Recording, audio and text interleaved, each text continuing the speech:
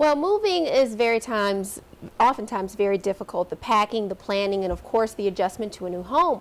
For one family, that process turned into an absolute nightmare. The company they hired to ship their belongings across the country started charging them more than expected and left them in a new home that was empty. Here's Joe Melillo's special report, Cross Country Nightmare.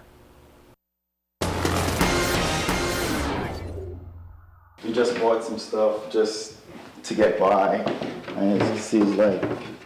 Meet the Gordon family.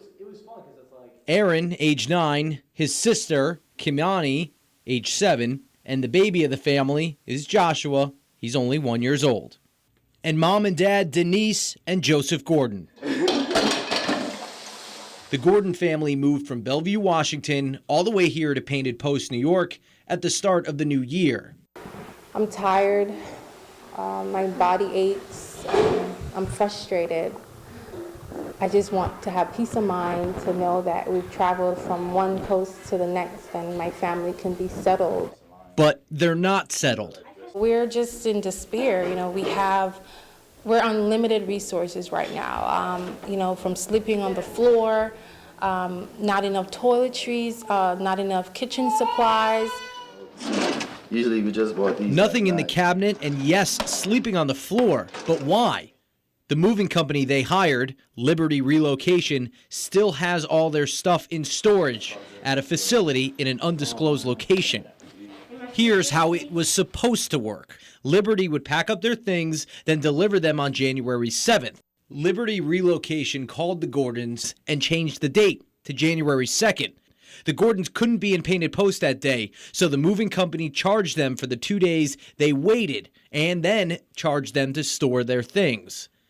Now the Gordons owe about $2,000 extra, and they won't get their stuff back until they pay.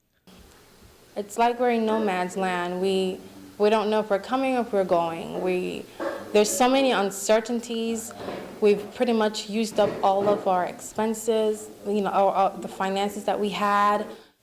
Mark Manning is the account executive for Diamond and Baycorn Incorporated, a moving company based out of Elmira. When I first showed him the contract, he had this to say. Very generic. It was very generic, very basic. Did not look like it gave all the information, all the facts it can be. What Mark noticed was Liberty's contract didn't have a spread. This is one of Diamond and Baycorn's contracts. You can see it has a spread of dates clearly printed right on the top. It shows a period of time, anywhere from 3 days to a week, when the moving company can drop your stuff off. If you're coming that far, close to 3,000 miles away, and say, we're going to deliver on this day a small shipment like that, no. We're going to tell you it's going to be delivered between such and, you know, a spread of days. And it's probably going to, you know, a shipment this size is probably going to be a week and a half, you know, time frame. Mark believes the company wasn't being as clear as they could with the dates. He also said having a specific date at the top is a big red flag. So where does this leave the Gordons? With an empty house and a bigger bill than expected.